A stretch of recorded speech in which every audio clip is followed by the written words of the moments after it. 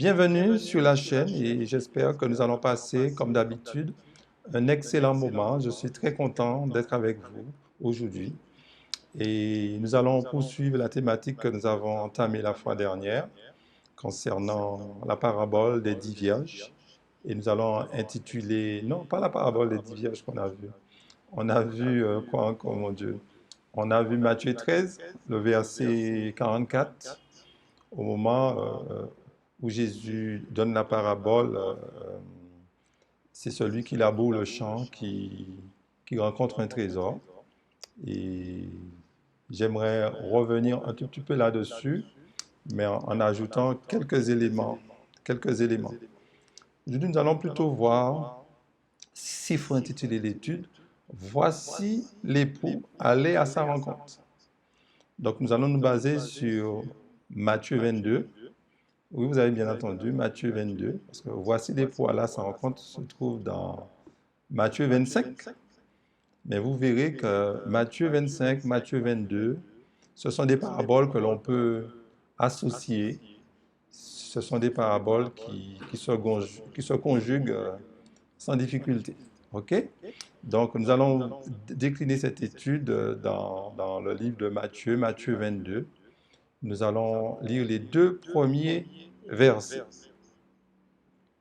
Jésus, prenant la parole, leur parla de nouveau en parabole et il dit, le royaume des cieux est semblable à un roi qui fit des noces pour son fils. Ici, nous avons un roi, Dieu, le Fils de Dieu, Jésus-Christ. Donc Jésus, c'est l'époux. Dieu décide de marier son fils, marier Jésus. Alors, la Bible ne mentionne pas dans cette parabole qui est la femme.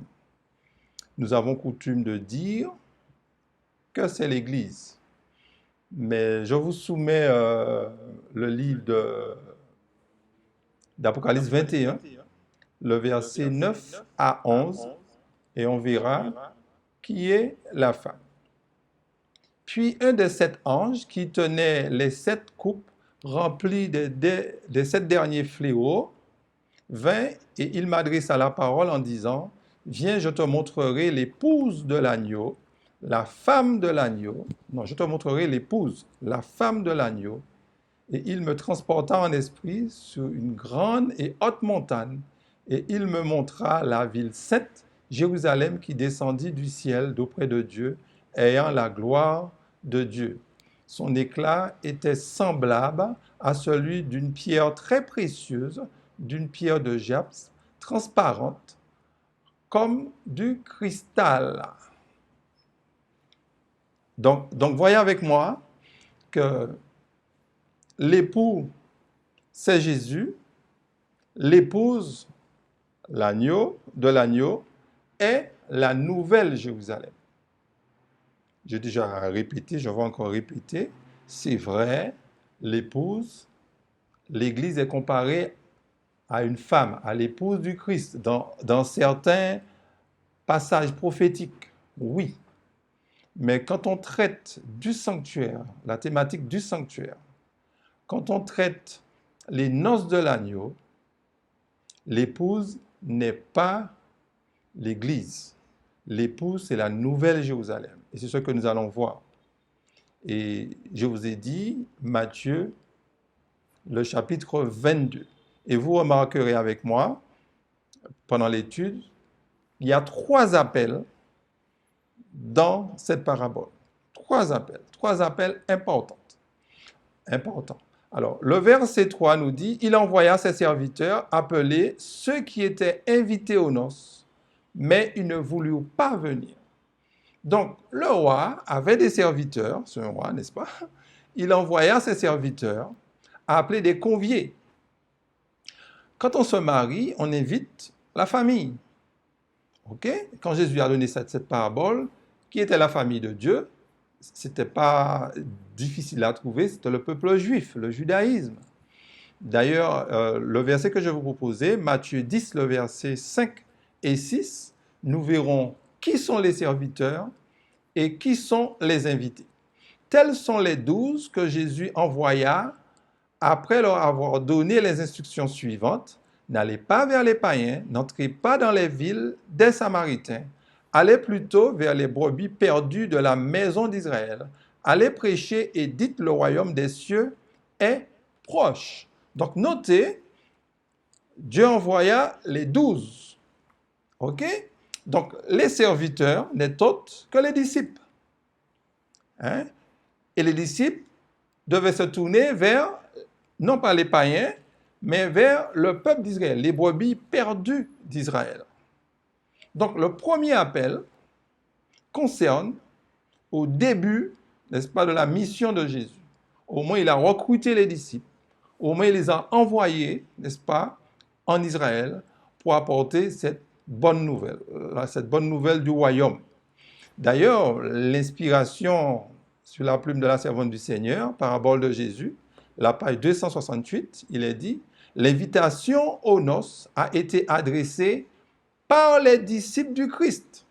Notre Seigneur envoya d'abord les 12, puis les 70 pour annoncer la proximité du royaume de Dieu et engager les hommes à se repentir et à croire à l'Évangile. Donc, notez avec moi, mes amis, la servante du Seigneur confirme ce que dit la Bible, c'est-à-dire que l'invitation a été adressée par les disciples. Donc, quand on dit envoya ses serviteurs, c'est les disciples. À ceux qui étaient conviés, invités, c'est le peuple juif. OK? Alors, et on voit le rejet du peuple, car vous connaissez l'histoire, nous connaissons l'histoire. Le peuple juif n'a pas accepté Jésus parce que Jésus, son message ne passait pas. Le peuple n'avait pas compris qu'ils étaient des pécheurs, qu'ils avaient besoin d'un sauveur. Le peuple connaissait la loi. Pour le peuple, il suffisait de pratiquer la loi et être sauvé. La loi pouvait rendre juste. Et Jésus a voulu montrer qu'ils avaient un problème de nature. Donc, ils étaient dans l'impossibilité de plaire à Dieu. Donc, quelles que soient les pratiques qu'ils auraient pu faire, ils avaient un problème de nature.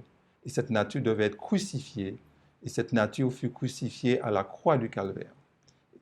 Et Christ, en crucifiant cette nature à la croix du Calvaire, il a payé le prix pour nous, car il avait dit à Adam, le jour où tu en mangeras, tu mourras.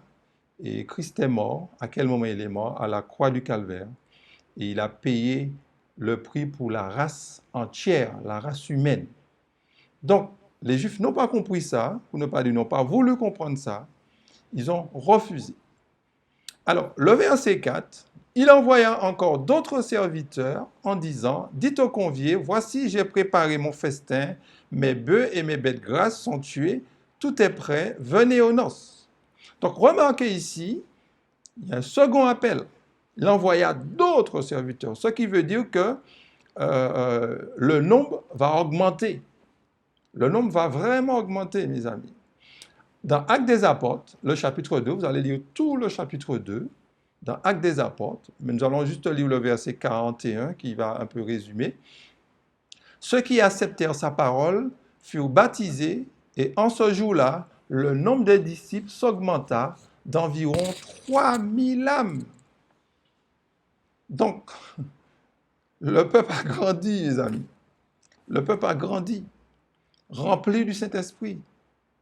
En une journée, prédication, des milliers de personnes se sont données à l'Évangile. Donc, c'est encore un témoignage, n'est-ce pas, pour le peuple juif. Notez que les conviés ne changent pas. Le deuxième appel, il envoie encore d'autres, ça c'est le second appel. Notez que les conviés ne changent pas. Les serviteurs sont renforcés, mais les conviés ne changent pas. Donc, dans la parabole, la page que je vous ai donnée, la page 68, vous verrez qu'il est dit le second appel, c'est après la mort de Jésus. Je dis bien après la mort de Jésus. Le premier appel, c'est avant la mort de Jésus, et le second, c'est après la mort de Jésus. Car rappelez-vous, il y avait une prophétie pour les Juifs qui se trouve dans Daniel 9, le verset 24, à partir du verset 24 jusqu'au verset 27, il y avait 490 années prophétisées pour le peuple juif. Hein? Cette semaine, etc., qui veut dire 490 années. Et quand Jésus est venu, il restait 7 ans pour que la date butoir puisse s'accomplir. OK? Donc, Jésus a fait 3 ans et demi et les disciples ont fait 3 ans et demi. Donc, là, les disciples ont prêché avec force, remplis du Saint-Esprit. Et malgré tout ça, la nation a rejeté l'évangile du Christ. D'ailleurs, quand on lit le verset 5 et 6, c'est assez triste, mais sans s'inquiéter de l'invitation, ils s'en allèrent, celui-ci à son champ, celui-là à son trafic, et les autres se saisirent des serviteurs, les outragèrent et les tuèrent. Donc, remarquez que c'est extrêmement difficile quand on ne partage pas la vie de l'autre, on devient violent. Et c'est ce qui s'est passé. On les a tués. Et puis, entre nous, ils avaient aussi des textes pour appuyer cela, parce que pour eux, les disciples blasphémaient. Et pour blasphémer, et quelqu'un qui blasphème, on le lapide. Et c'est ce qu'ils ont fait avec Étienne, etc. Tous les anonymes qui sont morts à cause de leur foi. À l'époque, vous commencez la journée, vous ne savez pas si vous allez la terminer. Il y avait énormément de familles brisées, etc. Mes amis, c'était terrible. Et remercions Dieu pour la Bible, hein, parce que ces gens-là se sont vraiment battus, y compris les réformateurs. OK? Donc, le verset 7, le roi fut irrité, il envoya ses troupes, fit périr ses meurtriers et brûla leur ville. Ici, nous avons, le roi n'est pas content. Le roi n'est pas content, il envoya ses meurtriers. Ça ne veut pas dire que le roi a envoyé des anges, mais c'est simplement, il a permis à l'armée romaine d'entrer à Jérusalem. Ça s'est fait en l'an 70. Il a envoyé l'armée romaine à Jérusalem. Il fit périr ses meurtriers. Qui étaient les meurtriers? Le peuple juif. Il brûla leur ville, la ville de Jérusalem. Alors, quel que soit le peuple aurait rejeté Christ. Soit été les Asiatiques, les Africains, les Européens, quel que soit.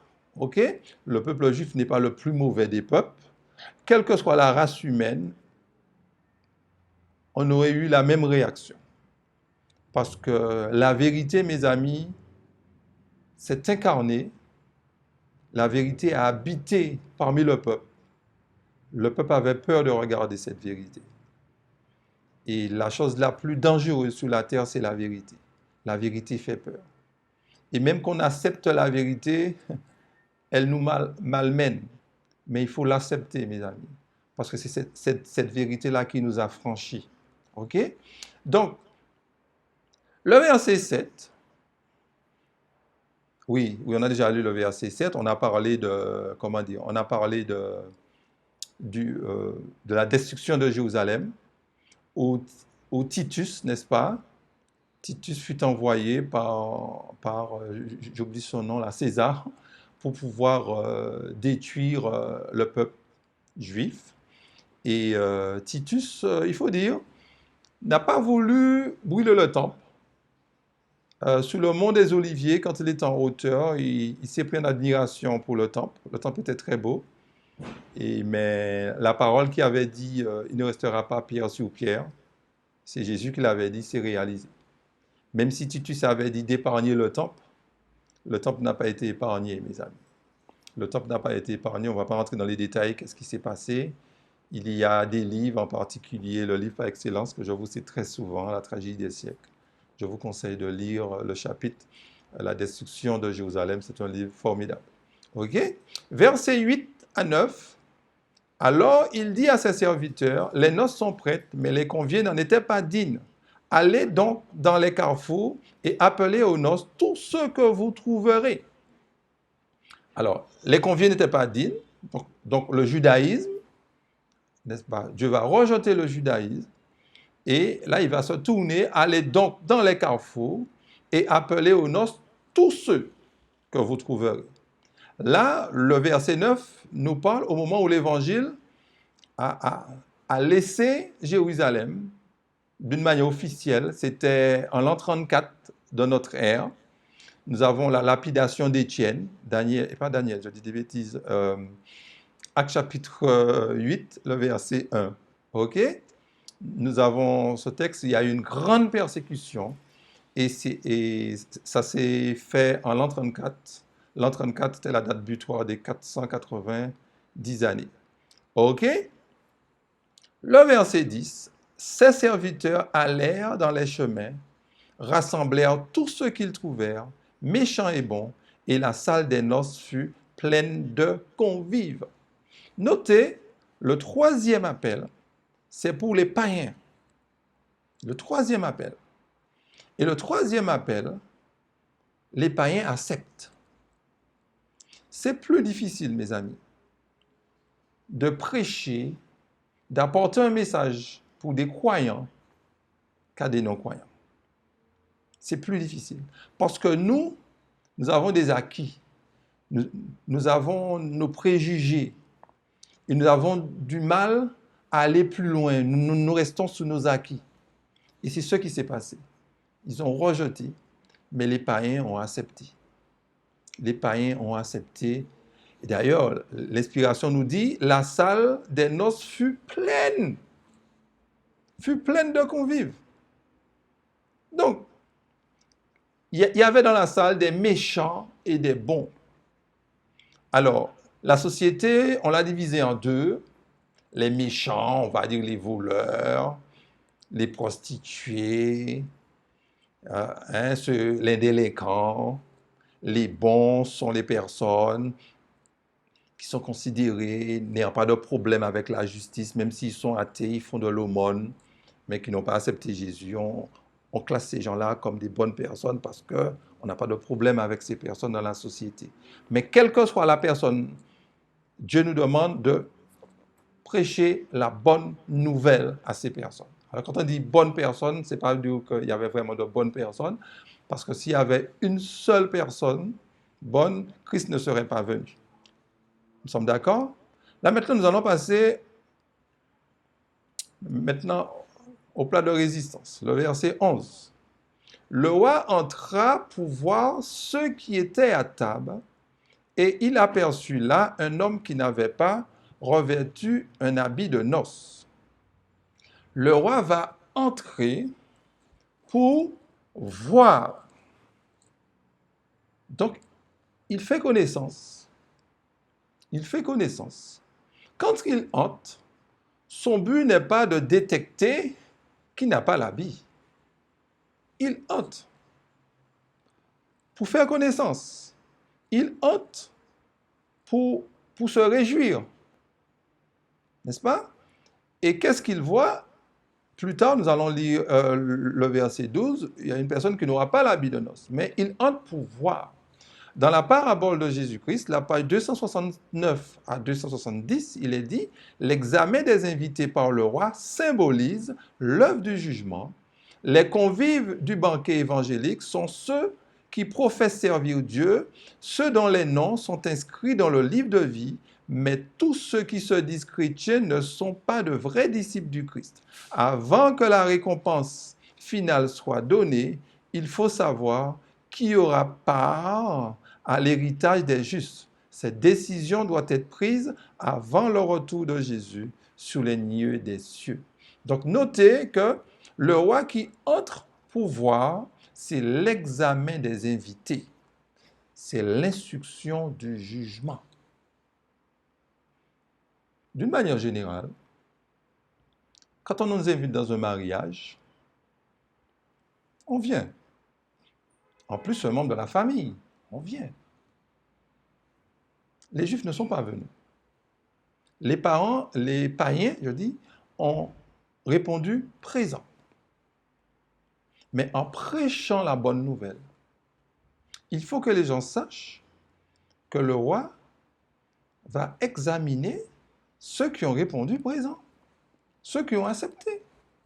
Le roi entre, il vient juger, non pas pour trouver une virgule, un problème chez nous, non. Ce n'est pas son but. Son but, il vient faire quoi?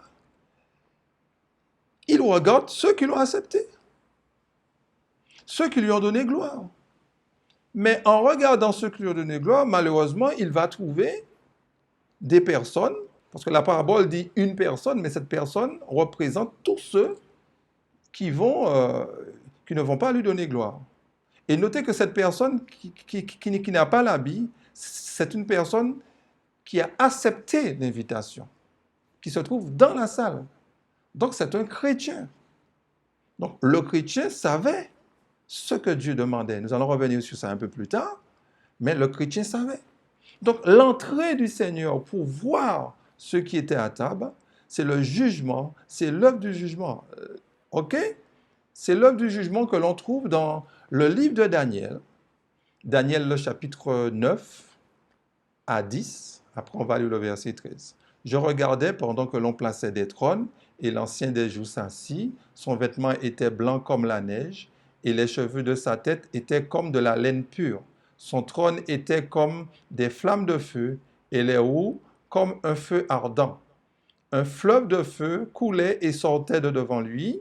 1000 milliers le servaient, et 10 000 millions se tenaient en sa présence. Les juges s'assirent, et les livres furent ouverts. Je regardais pendant mes visions nocturnes, et voici, sur les nuées des cieux, arriva quelqu'un de semblable à un fils de l'homme. Il s'avança vers l'ancien de jour, et on le fit approcher de lui. Nous avons ici où l'on place des trônes. Au moment où Daniel écrit son livre, les trônes n'étaient pas encore placés. Le livre de Daniel est prophétique. À un moment donné, on allait dresser les trônes. Ces trônes-là, en tout cas, en 1844, l'ancien des jours est assis sous ces trônes. Les juges, le jury, sont assis aussi sur ces trônes. Et les livres furent ouverts. Donc, l'érection de ces cônes-là, mes amis, pas ces cônes, ces trônes-là, c'est simplement l'instruction du jugement. Ça s'est accompli en 1844. OK? En 1844. Quand on dit le roi entra pour voir, c'est la même scène. Je regardais pendant mes visions nocturnes, et voici, sous les nuées des cieux, arriva quelqu'un de semblable à un fils de l'homme. Quand on lit ça, on peut penser au retour de Jésus. Mais ce n'est pas le retour de Jésus, parce que notez que Jésus ne s'avance pas vers la terre, mais il s'avance vers l'ancien des jours. Où se trouvait l'ancien des jours? L'ancien des jours se trouvait sur le trône. OK? C'est l'instruction du jugement. Alors, ce qu'on doit savoir, mes amis, tous ceux qui se sont réclamés du nom de chrétien doivent subir un examen minutieux, mes amis. Minutieux. Alors, pourquoi minutieux? Parce que nous avons accepté Jésus. Satan a lancé une accusation sur Jésus, sur Dieu. Il a dit que Dieu est injuste. Et tous ceux qui acceptent Jésus n'acceptent pas seulement un sauveur, Jésus qui pardonne leurs péchés, mais c'est des personnes qui militent aussi pour Jésus, qui défendent aussi le royaume de Dieu, la cause de Dieu. Quand vous avez accepté, mes amis, Jésus comme votre sauveur personnel, ce n'est pas seulement un sauveur que vous avez accepté, vous avez aussi accepté un maître. Et ce maître-là, nous devons tout faire pour l'honorer. Et nous attendons tous le jour du jugement, parce que ce jugement ne sera pas le nôtre directement, ça sera le jugement de Dieu. Et nos œuvres vont, si je peux parler ainsi, vont justifier Dieu, vont donner Dieu raison ou tort. Donc, plus il y a des personnes qui ont donné gloire à Dieu, la cause de Dieu va triompher, mes amis. De toute façon, que les choses soient claires, Dieu n'a pas besoin de l'homme pour être justifié. Mais Dieu nous fait participer à son jugement. mais il faut que nous soyons des témoins crédibles. Je dis bien des témoins crédibles. Et qu'est-ce qui fera que notre témoignage sera crédible? C'est nos œuvres. Donc c'est pour cela que lors du jugement, qu'est-ce qui sera regardé chez nous? Nos œuvres. On sera mis en accusation, c'est parce que nous serons, s'il le faut, des faux témoins. OK? Mais si nous sommes des beaux témoins, nous ne devons pas avoir peur. Alors, des fois, j'entends, oui, il est dit, quand on est en Christ, on ne vient pas en jugement, il n'y a aucune condamnation pour ceux qui sont en Jésus. Traverser un jugement, subir un jugement, c'est vrai, c'est un peu déstabilisant, je l'avoue, mais c'est pas parce qu'on passe devant un tribunal qu'on sera forcément condamné. Passer devant un tribunal, ce n'est pas nous qui sommes accusés, mais ce que Christ veut, que nous soyons crédibles. OK? Que nous soyons crédibles. C'est parce que Satan qui est là ne va pas accepter du n'importe quoi. OK? Parce que Satan a dit que ce n'est pas possible d'être épanoui en Christ. Donc, nous qui avons accepté Jésus, nous devons tout faire aujourd'hui pour que nous soyons épanouis dans notre foi. Pour que nous ne puissions pas sentir que la religion nous pèse. Ah, encore quelque chose à faire. Non, non, non, mes amis. On doit être libre en Christ. OK? Il nous faut bien comprendre ça. Si on a le temps tout à l'heure, je vais revenir sur cela. Alors, dans Matthieu 25, le verset 6, voilà le texte de base. Au milieu de la nuit, on cria, voici l'époux, allez à sa rencontre. Donc, cette parabole, nous l'avons vue la fois dernière, 10 vierges qui attendent la venue de l'époux pour aller du moins chercher l'épouse avant les noces. Voici l'époux aller à sa rencontre. Les noces n'ont pas encore commencé. On est d'accord? Les noces n'ont pas encore commencé. Les noces vont commencer après le temps de grâce. Et Jésus reviendra après les noces. Ce qu'on a vu la fois dernière. On voyait l'étude. OK? Ce qu'on a vu la fois dernière. Donc, cette venue de l'époux a lieu, je répète, avant les noces, qui représente les noces au moment où Christ prendra possession du royaume, c'est-à-dire de la Nouvelle Jérusalem. Une fois que le temps de grâce sera terminé, je dis bien une fois que le temps de grâce sera terminé, les noces pourront commencer. Les noces auront lieu après le temps de grâce. Christ plaide pour son peuple, pour les vivants, et il va juger, il va participer au jugement, les vieillards, toutes ces personnes. Une fois que toute cette scène sera terminée, qu'est-ce qui va se passer? Les noces pourront commencer. Les noces pourront commencer. Et voici l'époux, le cri est retenti avant les noces. OK? Il retentit avant les noces. Dans la tragédie des siècles, la page 463 à 464, c'est le chapitre 24, la proclamation « Voici l'époux » qui retentit durant l'été 1844 porta des milliers de personnes à attendre le retour immédiat du Seigneur. Au temps fixé, l'époux était venu non sur la terre comme on l'avait cru, mais dans le ciel devant l'Ancien des jours, au mariage, à la réception de son royaume. Celles qui étaient prêtes entrèrent avec lui dans la salle des noces, et la porte fut fermée. Les fidèles ne devaient pas assister personnellement au mariage qui a lieu dans le ciel, tandis que les croyants sont sur la terre. Les serviteurs doivent attendre que leur maître revienne des noces, mais il faut qu'ils comprennent sa mission et qu'ils le suivent par la foi quand il se présente devant le Père. C'est dans ce sens que les vierges entrent avec l'époux dans la salle des noces. Donc notez, voici l'époux aller à sa rencontre, a trouvé une première application en 1844. Et l'huile supplémentaire en 1844, c'était la vérité sur les 3 anges, Christ qui est entré dans le lieu très saint. OK? Christ qui est entré dans le lieu très saint. Notez que ceux qui auront la lumière supplémentaire sont ceux qui ne se sont pas laissés décourager après le désappointement. Ils sont entrés. Donc, il y aura un second, n'est-ce pas, un second cri de minuit. Le premier a lieu en 1844. Il y aura un second. Le premier annonçait l'instruction du jugement, le jugement qui a commencé avec les morts. Et le second annoncera le jugement des vivants. Je dis bien le jugement des vivants. Pourquoi j'insiste? Parce que des fois, on mélange le jugement des morts ensemble avec le jugement des vivants. Dieu est un Dieu d'ordre. OK? Dieu est un Dieu d'ordre. Alors, à travers ce passage de Matthieu 25, nous allons voir 4 étapes. 4 étapes dans le verset que nous venons de lire. Il y a le cri de minuit, 1. Il y a la venue de l'époux, 2. Il y a les noces, OK, de l'agneau.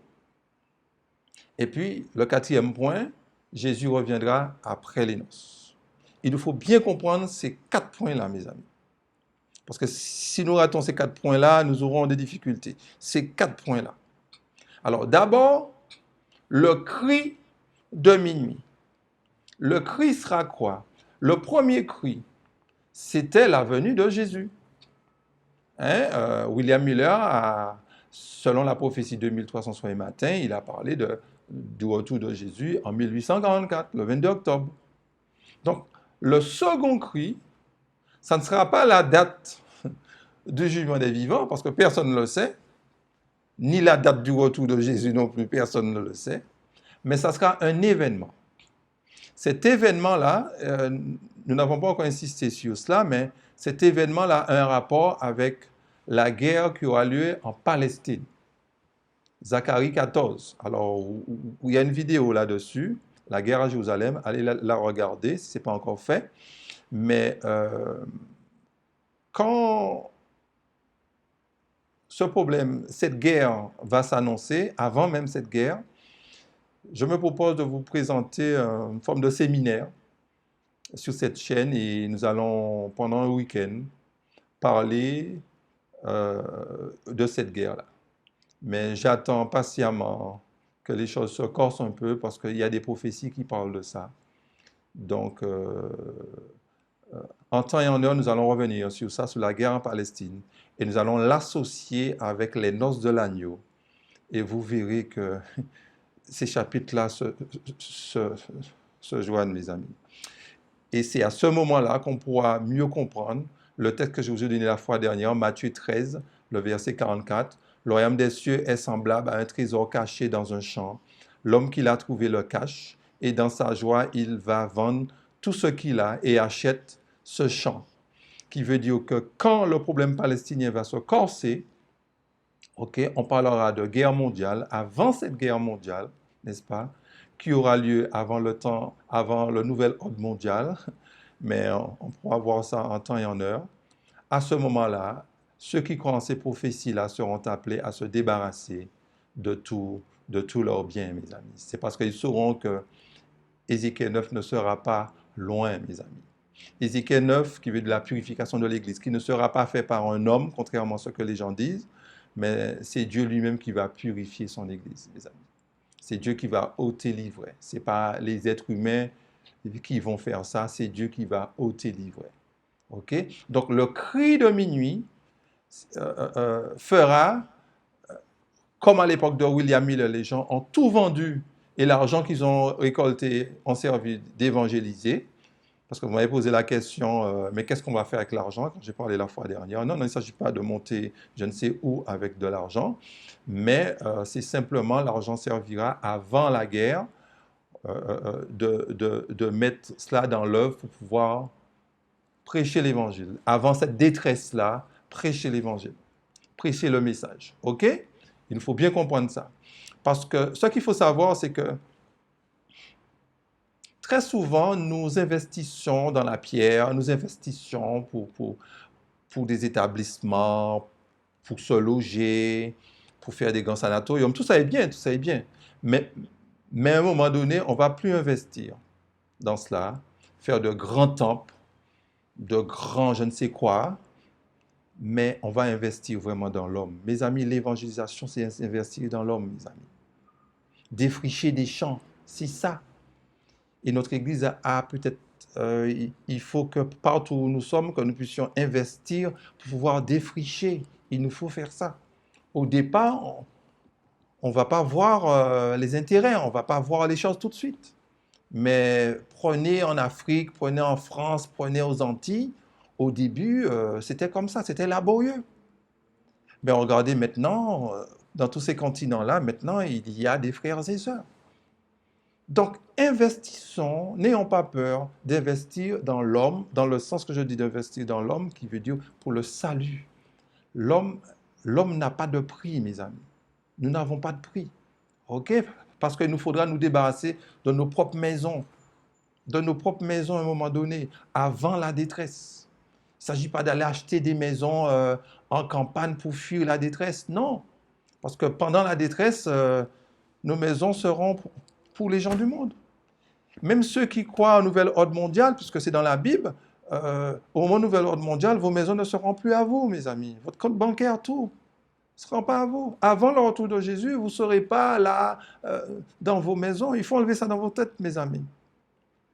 Donc, celui qui trouve le trésor, c'est celui qui étudie sa Bible et qui verra, tiens, mais les prophéties sont là.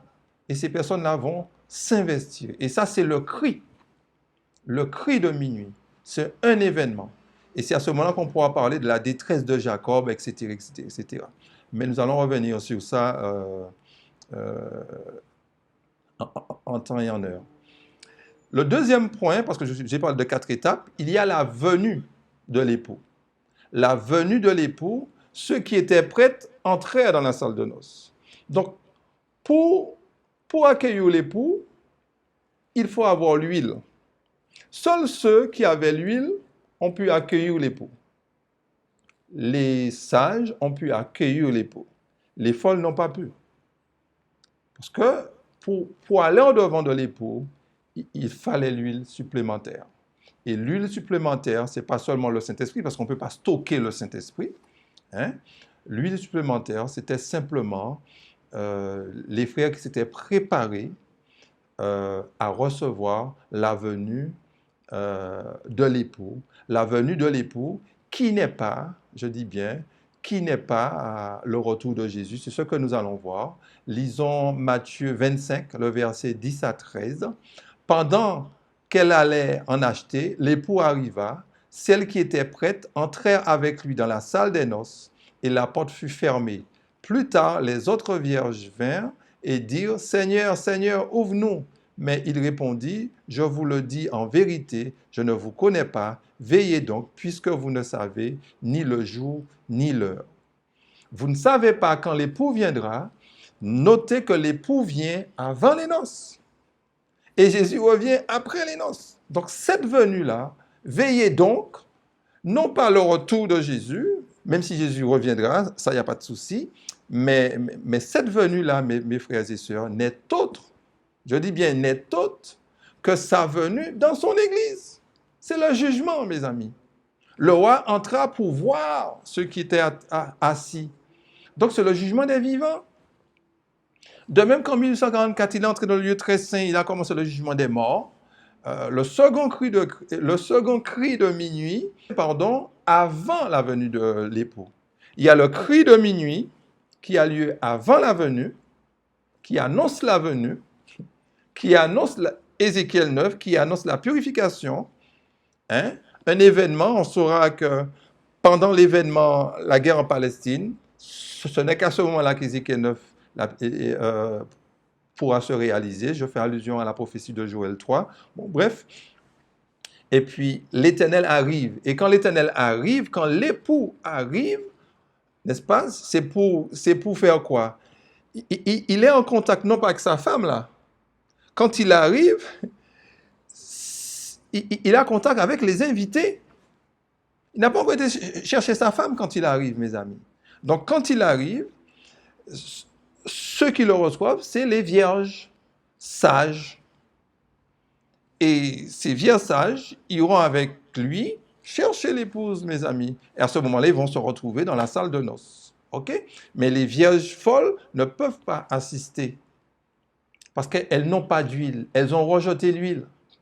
Donc, ce n'est pas seulement, mes amis, le Saint-Esprit, mais c'est l'Esprit en vérité. Dans Jean, il nous a dit, dans Jean 16, il nous a dit l'Esprit de vérité, le verset 13.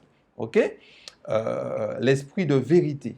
C'est un esprit de vérité, c'est-à-dire que c'est un message accompagné de l'Esprit de Dieu qui doit nous préparer, qui veut dire que ce n'est pas seulement le message, mais il faut être loin du Saint-Esprit. Donc, permettez-moi d'insister. Veillez donc, puisque vous ne savez ni le jour ni l'heure, veillez. Cette venue-là a lieu avant que l'époux aille chercher son épouse. OK? Parce que cette venue-là, c'est l'époux qui arrive devant les vierges sages. OK? Et ce n'est qu'après qu'on pourra parler des noces, et Jésus reviendra après les noces. Et là, ce n'est pas le retour de Jésus. Ça concerne des personnes qui attendent le retour de Jésus, certes, ceux qui ont une profession de foi, mais le jour et l'heure là, mes amis, c'est le jugement des vivants. C'est vrai, personne ne sait non plus quand Jésus reviendra. On peut prendre ces textes-là pour dire qu'on ne sait pas quand est-ce que Jésus va revenir, pourquoi pas.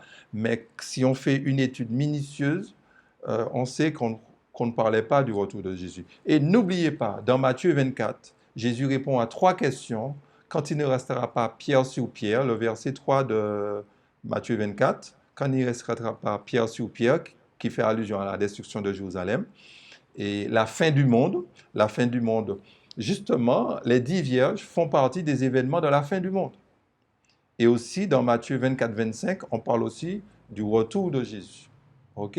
Donc, Matthieu 25 traite de la fin du monde.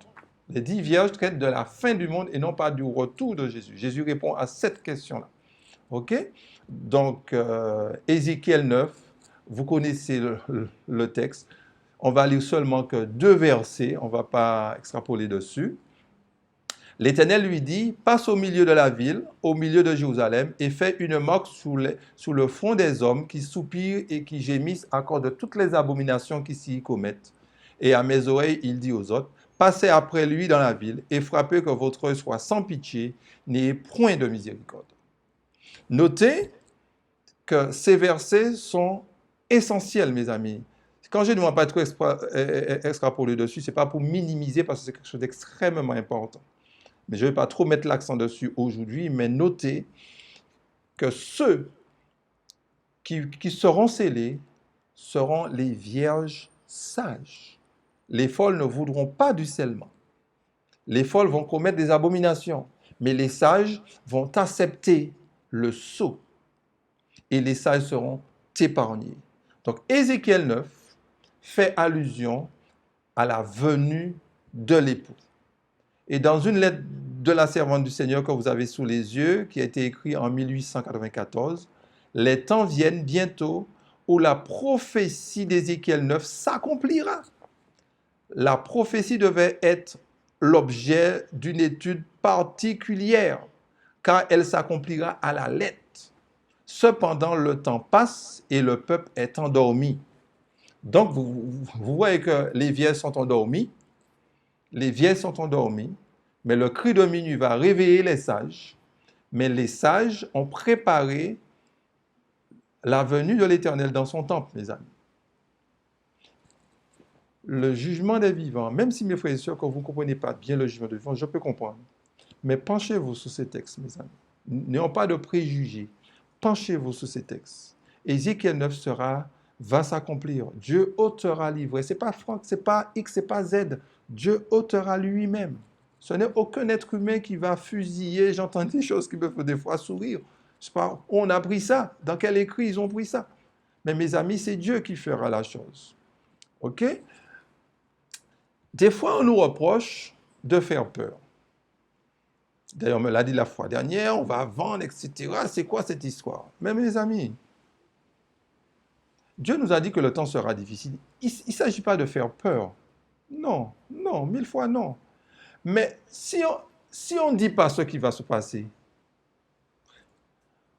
on serait des faux prophètes, mes amis. Il faut dire le peuple. Il ne s'agit pas de dire paix et sûreté, mes amis. Dieu a un message pour son peuple le peuple qui a accepté Christ. Vous avez accepté la grâce de Christ, donc ce que vous avez besoin, c'est la vérité présente. C'est vrai, vous avez toujours besoin d'entendre l'évangile, la bonne nouvelle, ce qu'on essaye de faire, mais nous avons besoin d'entendre aussi le message additionnel. Nous avons le livre d'Apocalypse. Quand on parle nouvelle ordre mondial, on ne peut pas plaisir à faire ça, à faire peur. Ce n'est pas Dieu qui fait peur. Et puis c'est les méchants qui ont peur. C'est parce que les événements qui viennent devant nous annoncent comment Dieu va se glorifier à travers les difficultés. Donc ne vous mettez pas dans le camp de ceux qui ont peur. Mettez-vous parmi les vierges sages. Quand vous lisez Ézéchiel 9, ne vous mettez pas parmi ceux qui vont périr. Mettez-vous parmi ceux qui vont recevoir le sceau. Ne vous mettez pas dans Ézéchiel 9 de ceux qui commettent les abominations. Mettez-vous de ceux qui suivent Dieu. Vous comprenez ça? Donc il ne s'agit pas de faire peur. Il s'agit de dire ce qui est écrit. Peut-être que nous avons ici et là quelques maladresses, il faut le reconnaître, mais mes amis, c'est un message d'amour. Quand Dieu a dit à Noé qu'il va détruire, c'est un message d'amour. Il y a eu seulement qu'une famille, mais c'est un message d'amour. Nous sommes rebelles, mes amis. Nous sommes à court raide. Disons les choses. Nous aimons entendre des choses agréables. Parle de la grâce, mon frère. Parle de la grâce. Oui, on parle de la grâce. Mais la grâce, elle est transformatrice. La grâce nous appelle à craindre Dieu. Ce n'est pas tout le temps pardonne mes péchés, pardonne mes péchés, pardonne mes péchés. Oui, il faut demander à Dieu pardon parce que nous sommes pétris de défauts. Donc il nous faut demander pardon de nos péchés. Mais la grâce nous transforme aussi, mes amis. Il faut qu'on arrête ça, mes amis. Il faut qu'on arrête ça. Donc le troisième point, donc on a parlé du premier, le cri de minuit. On a parlé de la venue de l'époux. Et là, nous allons parler des noces. Hein, peut-être qu'il faudra une étude spécialement pour les noces, je pense, parce que je vais vous donner juste un seul verset. C'est parce que c'est... Donc, les noces aura lieu après le temps de grâce. Hein. Mais lisons Daniel 7, verset 14. On lui donna la domination, la gloire et le règne, et tous les peuples, les nations et les hommes de toutes les langues le servirent. Sa domination est une domination éternelle qui ne passera point et son règne ne sera jamais détruit. Notez que tous les versets que nous avons lus parlent de 1844. Mais notez, le verset 14 dit, on lui donna la domination. Donc on voit Jésus qui est roi, qui domine. Ok? La gloire, le règne. Oui, Jésus, il est roi. Mais pour le moment là, pour nous humains, même si nous savons il est le roi des rois, mais il est sacrificateur pour le moment. Jésus doit remplir 3 fonctions. Agneau, ce qu'il fit quand il était sur la terre. Souverain sacrificateur, ce qu'il a fait depuis son ascension et qui va arrêter après et jusqu'à la fin du temps de grâce. Une fois le temps de grâce sera terminé, il va enlever son manteau de sacerdoce et il mettra son manteau de roi des rois. Roi des rois, mes amis. Roi des rois. Et à ce moment-là, il pourra venir chercher ses enfants en tant que roi des rois. Pendant qu'il est sacrificateur, il ne peut pas revenir, mes amis. Il ne peut pas revenir. Donc, Daniel chapitre 7, verset 14, peut-être un jour, il faudra que l'on programme une étude spécialement sur les noces, parce qu'il y aurait beaucoup à dire de cela. Et puis, bien entendu, il y a le retour de Jésus dans Luc 12, verset 36, qui aura lieu après les noces, je dis bien après les noces, et vous soyez semblables à des hommes qui attendent que leur maître revienne des noces, afin de lui ouvrir dès qu'il arrivera et frappera. Donc notez, reviennent des noces. Et dans la parabole de Matthieu 25, les noces, au moment où l'époux arrive, les noces n'ont pas encore commencé. Et bien aimés, penchez-vous sur ça. Penchez-vous. Oubliez celui qui vous parle, mais penchez-vous sur ce qu'il a dit, sur les paroles. OK? Donc, ce passage de Luc, on peut l'associer à 1 Thessaloniciens 4. On peut l'associer à ça, mes amis. J'aimerais quand même finir avec le verset encore, nous allons revenir dans Matthieu 22, le verset 10 à 11. Mais je vais plus insister sur le verset 12 tout à l'heure. Non, pas 10 à 11. 11 à 12. Le roi entra pour voir ceux qui étaient à table, et il aperçut là un homme qui n'avait pas revêtu un habit de noces. Et il dit, il dit, mon ami, comment es-tu entré ici sans avoir un habit de noces? Cet homme eut la bouche fermée. Donc là, nous voyons une préparation est nécessaire pour assister au festin. Cette préparation-là. Il faut être habillé. Il faut avoir l'habit de Jésus. L'habit nous permet, quand on est habillé, ça nous permet de cacher notre intimité. Nous avons une nature pécheresse. Cette nature-là fut crucifiée à la croix du Calvaire. Donc, tous ceux qui acceptent la croix du Calvaire, Jésus crucifié à la croix du Calvaire, et nous avons déjà vu ça, acceptent leur mort. Christ est mort à la croix du Calvaire, mais Christ nous a emmenés aussi à la croix du Calvaire. Ceux qui acceptent la croix du Calvaire acceptent en même temps leur propre mort. OK? Donc, ces personnes-là vont se donner à Jésus. Nous sommes donnés à Jésus. Et nous avons manifesté notre foi dans les eaux du baptême. Nous avons reproduit la mort de Jésus dans les eaux du baptême. Nous ne sommes pas crucifiés, nous n'avons pas été sur un bois, sur une croix, mais quand le pasteur nous a plongés dans l'eau, nous sommes morts. Donc la scène de la mort de Jésus a été reproduite. Mais la scène aussi de la résurrection aussi a été reproduite aussi, mes amis. Donc, Christ nous a habillés. Notre nature pécheresse, notre nature adamique n'est plus vue. Ce qui est vu maintenant, ce que Dieu regarde, c'est Christ, c'est le manteau de justice. Quand Dieu nous regarde, il voit Jésus. Il nous voit comme des gens n'ayant jamais péché. Et nous devons accepter que Dieu nous voit comme des hommes justes. Mais quelqu'un qui a accepté Jésus, c'est quelqu'un qui a crucifié sa chair, Car il y a la foi des démons. Les démons croient qu'il y a un Dieu, mais n'ont pas porté allégeance à Dieu. Donc, il ne s'agit pas d'avoir la foi des démons. Celui qui dit qu'il a accepté Christ et qui ne renonce pas à lui-même n'a pas foi en Christ. Jésus dit que celui qui veut me suivre se charge de sa croix. Et cette croix-là, c'est notre mort. Celui qui veut me suivre doit mourir, doit renoncer à lui-même. Et quand on a renoncé à nous-mêmes, Dieu nous couvre, mes amis. Dieu nous couvre. Et le jour du jugement, le jour du procès, qu'est-ce qui sera vu? Il sera vu Christ. On sera ni ride, ni rien de semblable. Parce que Christ aura reproduit son caractère en nous. Christ ne va pas seulement nous recouvrir comme un vêtement nous couvre, mais Christ va produire en nous le vouloir et le faire, mes amis. Et Christ mettra son agapé en nous, mes amis. L'habit, mes amis, c'est la justice du Christ. La justice du Christ qui va transformer notre caractère. Ce caractère dur, méchant que nous avons, scélérat que nous avons. Christ va le transformer, mes amis. Ça ne sera pas fait d'une manière instantanée, c'est faux. Ça ne sera pas fait comme ça.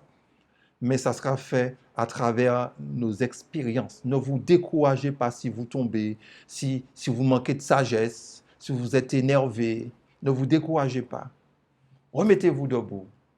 Vous n'êtes pas sauvé par votre performance. Vous êtes sauvé, vous n'étiez même pas encore né. Christ vous a sauvé. C'est parce que vous avez compris que vous êtes sauvé que vous avez accepté Jésus. Vous avez accepté par la foi ce salut. Maintenant, ce salut doit être une réalité pour nous. Christ va nous communiquer ce salut à travers notre foi. Et nous allons vivre en Christ comme de nouvelles créatures. Et quand nous allons passer devant le trône, nos œuvres vont dire gloire à Dieu. Nous serons des bons témoins et nous allons fermer la bouche de l'ennemi. Nous allons fermer la bouche de l'ennemi. Donc, Dieu nous amène en procès, non pas pour nous condamner, mais pour qu'on soit avec lui, pour que nous puissions lui donner gloire, mes amis. Parce que le jugement, ce n'est pas le nôtre, c'est le jugement de Dieu, mes amis. Si on est jugé, ça sera... On peut être jugé sans être condamné. On sera jugé en tant que témoin. Donc Dieu veut mettre son agapé en nous, mes amis. Son agapé en nous. Et quand on a agapé, regardez qu'est-ce qu'on peut faire. On a aperçu de Romains 9, versets 2 à 3. J'éprouve une grande tristesse et j'ai dans le cœur un chagrin continuel, car je voudrais moi-même être anathème et séparé de Christ pour vous, non, pour mes frères, mes parents selon la chair. L'apôtre préférait perdre sa vie éternelle, mais pourvu que toute la race humaine, que toute la race d'Israël soit sauvée. Je dis bien, toute la race d'Israël soit sauvée. Et je pense qu'il pensait aussi à la race humaine, mes amis. Il était prêt à perdre sa vie éternelle. Qui veut dire qu'au départ, quand on accepte Jésus, on se dit, on a un enfer à éviter. On fait tout pour être sauvé. On a accepté Jésus pour être sauvé. Mais quand on chemine avec Jésus, notre préoccupation, comprenez-moi bien, ce n'est pas notre salut dans le sens je veux être sauvé. Notre préoccupation, c'est de sauver les autres, quitte à se sacrifier.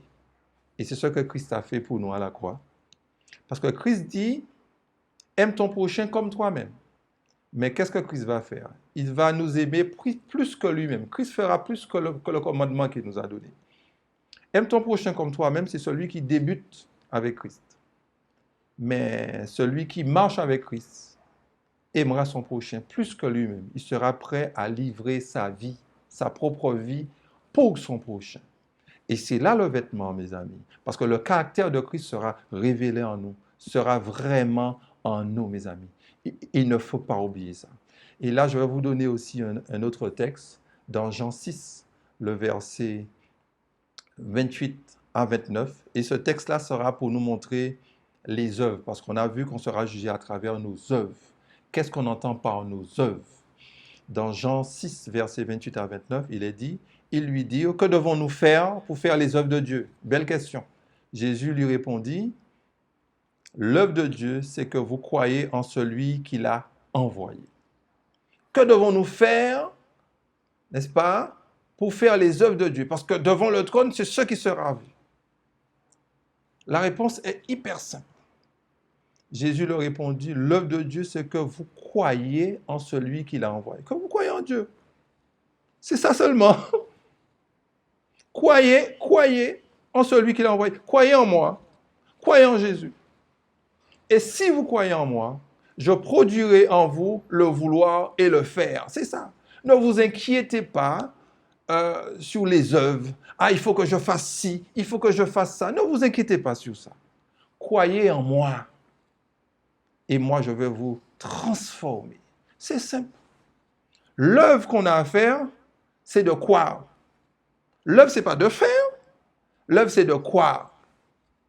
Et une fois qu'on est entre les mains du Seigneur, Dieu s'occupera de nous.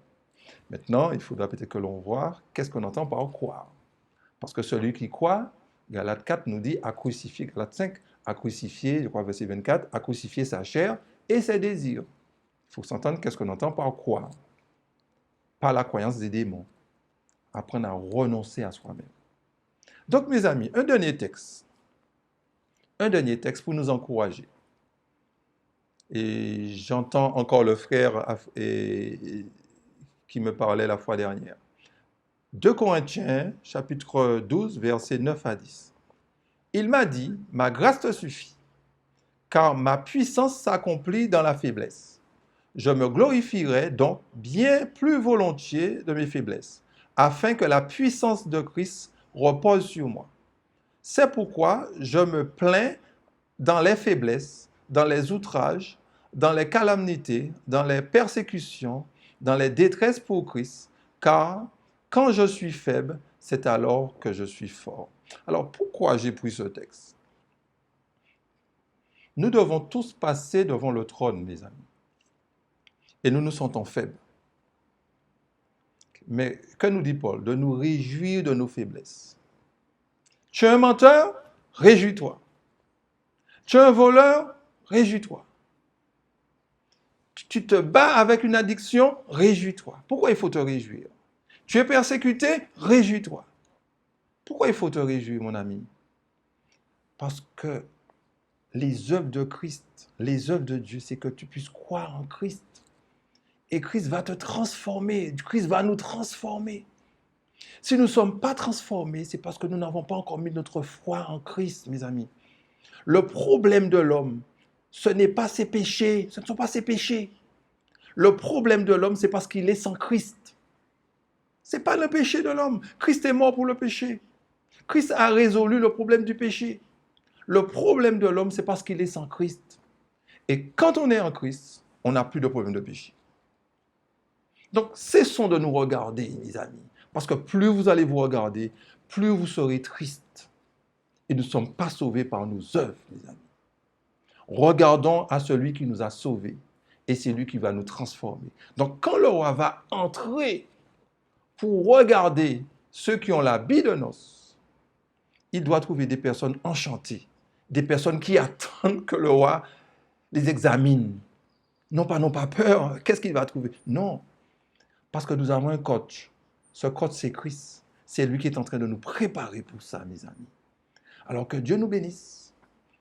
Attendons ce moment avec impatience, mes amis, que le roi entre pour voir ceux qui étaient dans la salle de noces, mes amis. Ce roi-là nous aime.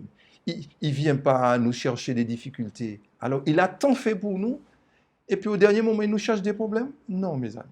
Le Christ, il nous aime d'un amour incomparable, incommensurable. Puis Dieu nous bénit, mes bien-aimés. Amen.